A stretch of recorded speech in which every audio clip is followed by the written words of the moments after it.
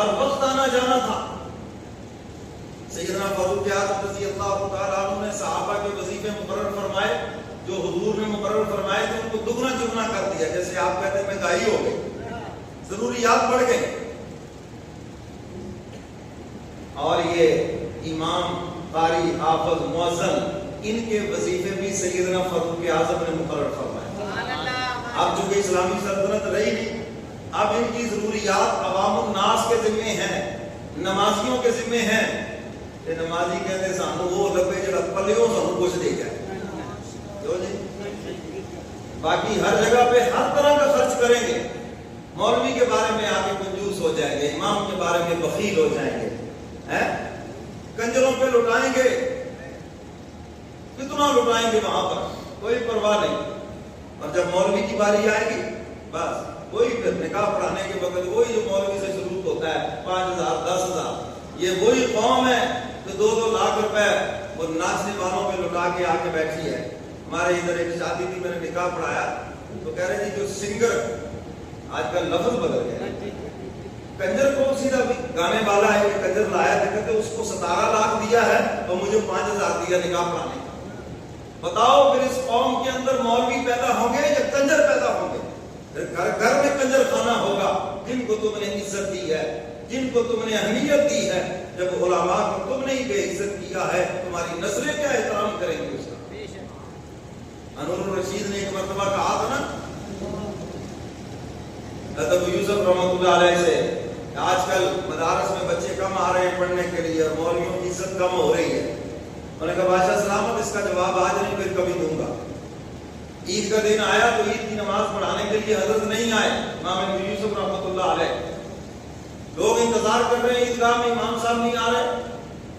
بادشاہ وقت بھی عیدگاہ میں بیٹھا ہے، پیغام بھیجا، فرمایا میں اس وقت آؤں گا جب بادشاہ اپنی بگھی لے کر آئے اور مجھے اپنی جگہ کے اوپر بٹھائے، اور جو بگھی چلانے والا جہاں بیٹھتا ہے وہاں بادشاہ بیٹھ کر بگھی چلائے اور پھر مجھے عیدگاہ میں لائے تو پھر عید پڑھاؤں گا. اب لوگوں نے سنا مولوی کا لگتا دماغ خراب ہو گیا. سمجھ آ رہی ہے؟ کوئی کہتے جی مسجد کا صدر آئے جناب تو مجھے گاڑی پہ بٹھا کے لے، مولوی صاحب لگتا دماغ خراب ہو گیا ہے. انہوں نے کوئی ارادہ ہو رہی لگتا ہے، لیکن وہ علماء کی قدر کرنے والے لوگ. بادشاہ کو جب پتا چلا تو انہوں نے کہا کہ وقت بہت تھوڑا ہے، آپ آ جائیں. اب لوگوں میں جب یہ بات مشہور ہوگی تو مسالے لگانے لگا جی مولوی کا دماغ خراب ہو گیا. حضرت نے فرمایا میں نہیں آؤں گا، جس سے مرضی پڑھوا لو، جاؤ. بادشاہ خود بگھی لے کر آیا، حضرت کو بٹھایا جہاں بادشاہ بیٹھتا تھا، اور جہاں وہ سائز چلانے والا بیٹھتا تھا وہاں بادشاہ بیٹھا، اور خود بگھی چلا کر جب عیدگاہ کے اندر لایا، وہاں پہ لاکھوں کا مجمع دیکھ رہا ہے. ایک مولوی کی یہ عزت، ایک مولوی کا یہ احترام. اگلے دن ہزاروں بچے مدارس میں داخل ہو گئے. ہر بندے کی کوشش تھی کہ میرا بچہ بھی عالم دین بن جائے اور ایسی عزت پا جائے. ہمارے ملک کے اندر صدارتی ایوارڈ دیے جاتے ہیں، کنجروں کو صدارتی ایوارڈ دیے جاتے ہیں، حرام خوروں کو. آج تک بتاؤ تو صحیح کس عالم دین کو تم نے ایوارڈ دیا ہے؟ کوئی امن کا ایوارڈ دیا ہے، کوئی عزت کا ایوارڈ دیا ہے تو لوگ علماء کی عزت کرتے. جب تم نے ایوارڈ ایکٹریسوں کو دیے، کنجروں کو دیے، گانے والوں کو دیے جو اللہ اس کے رسول کے دشمن ہیں، تو پھر گھر گھر میں کنجر نہیں پیدا ہوگی تو اور کیا پیدا ہوگا؟ تمہارے اسکولوں کالجوں میں ڈانس سکھایا جاتا ہے، فحاشی اور ریانی سکھائی جاتی ہے. جب تم اس کو عزت دو گے، ریانی کو عزت دو گے، تو پھر لوگ کسی کو عزت کی جگہ سمجھیں گے. علماء کو عزت دو گے تو لوگ اپنے بچوں کو عالم بنائیں گے، حافظ بنائیں گے، قاری بنائیں گے. میں حکمرانوں کا شکوہ کیا کروں، مجھے تو آپ سے شکوہ.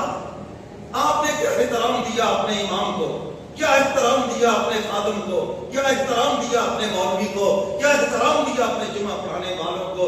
فخر سے کہتے ہو جی 70,000 بجلی کا بل آ گیا. بتاؤ تو صحیح کس مولوی کو 70,000 تنخواہ دیتے ہو؟ فخر سے کہتے ہو گیس کا بل اتنے کا آ گیا، بچوں کی فیسیں سکول کی اتنے کی ہیں. بتاؤ تو صحیح نا ان فیسوں کے برابر کس مولوی کو تم نے تنخواہ دی ہے، کس امام کو تم نے تنخواہ دی ہے؟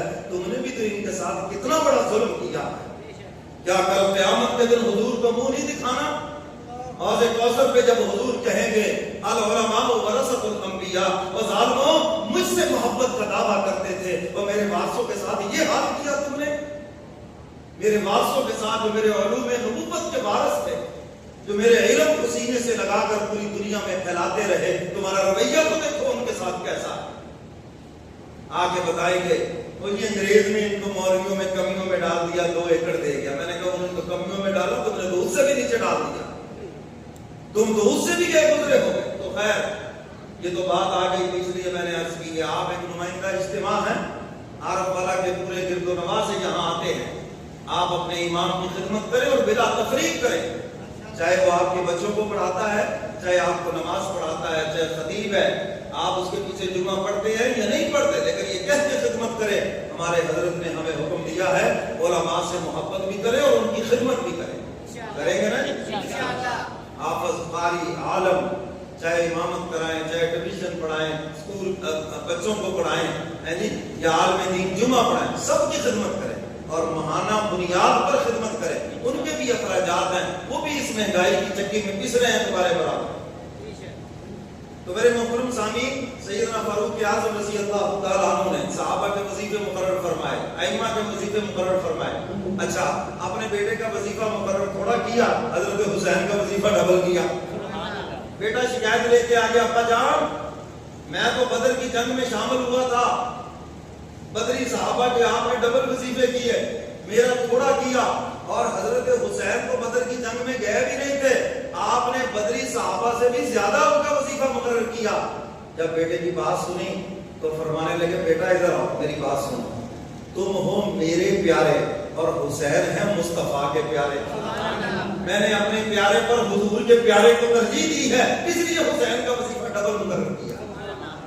صحابہ حضرت حسن اور حسین سے محبت فرماتے تھے۔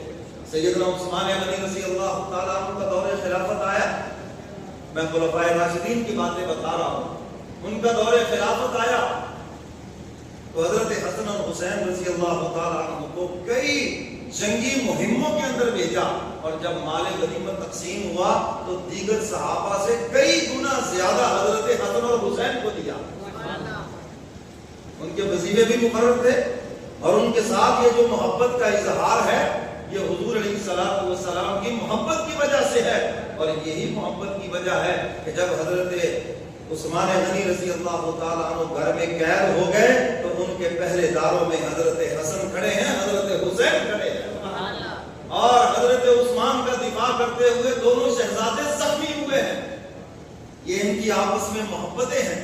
سیدنا علی مرتضیٰ رضی اللہ تعالیٰ عنہ کا دور خلافت آیا، بات مکمل کرنا چاہتا